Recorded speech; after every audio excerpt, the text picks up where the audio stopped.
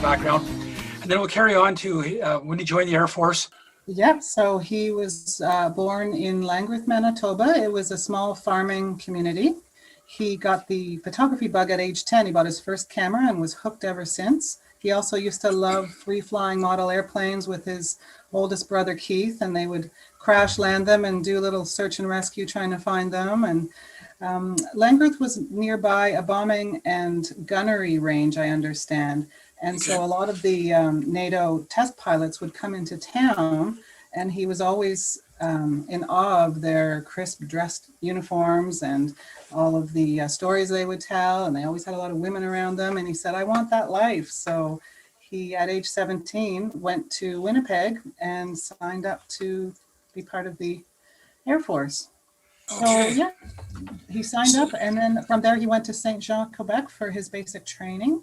And then on to Camp Borden, where he did his trades training. And that's where I understand you didn't really have any control over what you were going to get back then. You couldn't really choose. And he landed with phototech, and the rest is history. So, well, I can't recall anybody in the Air Force that doesn't know your father's name, either by actual name or any of the photographs that he took during his time in the Air Force.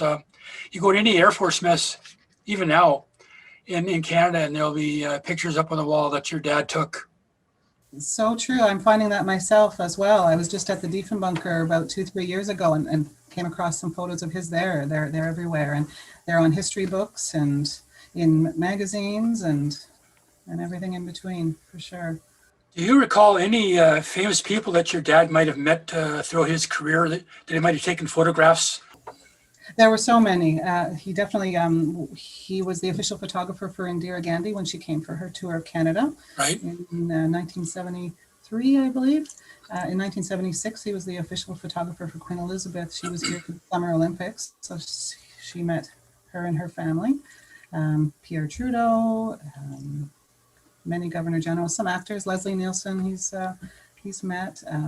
Chris Hadfield, famous astronaut. Right. So many, yes. Yes. And many more. I'm not even sure. He was just very modest at home. Okay, so your dad spent how many years in the Air Force? 53, unbroken service. Right. Okay. Mm-hmm.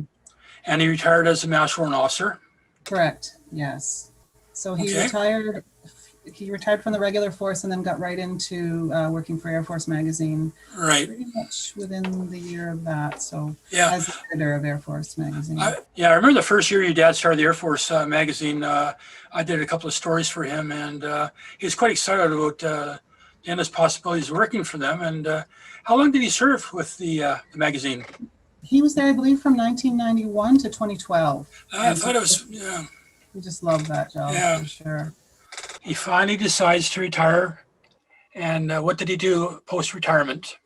Post-retirement, oh boy, he loved his cottage. He was up there a lot. He always had so many interests. He loved to cook, and he loved to garden, and he still loved to do some traveling. Family was really important to him after his retirement, especially. Right. Did a lot of travel out west to see his family there, and southern Ontario for my mom's side of the family. A lot of time with the grandkids, and yeah. Right. He continued to be very passionate about Canada in general. He had a ferocious appetite for the news. He never missed any news.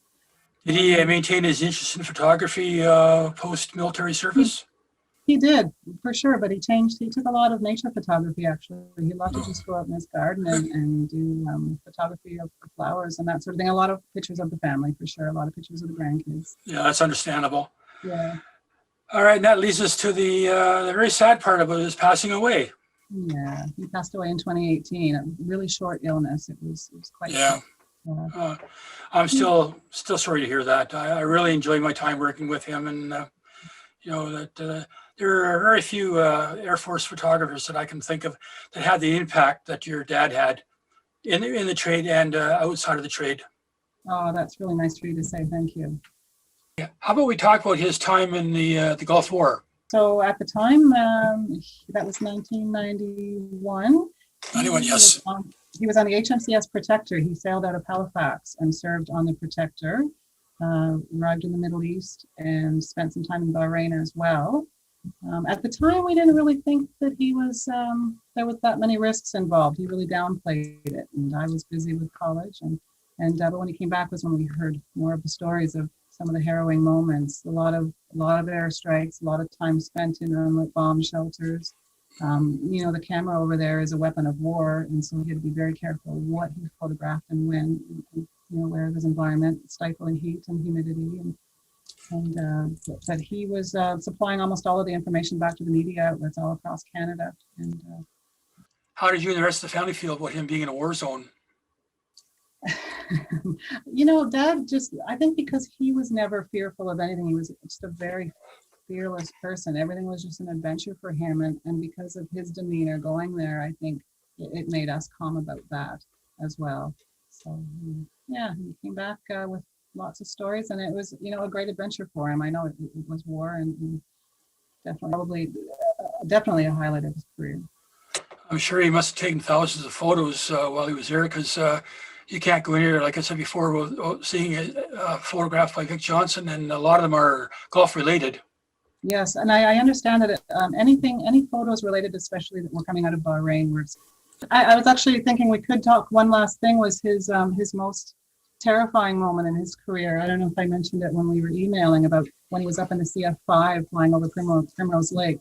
I forgot all about that story, and he was always telling everybody about it. But back when he was in CFB Cold Lake, he was up in a CF5, and they were going about 800 kilometers an hour over Primrose Lake. And I guess they were on a really steep pull-up, and the G-force caused him to pass out briefly. When he came to, all he saw was a lot of blood, a lot of gore all over the canopy, all over the pilot. He thought that the pilot head had exploded. He didn't know what had happened. And it turns out that they had hit a Pelican, and it was turned out to be quite a big one, a 16-pounder, I understand. And took a while, but then he heard the pilot talking to him, so he was very relieved that he was alive. But they still had quite a time getting the plane down. One of the engines was starting to stall. It was backfiring, so it was terrifying for him. But he never let that stop him. He was right back in the saddle after that. Yep. Sounds like your dad.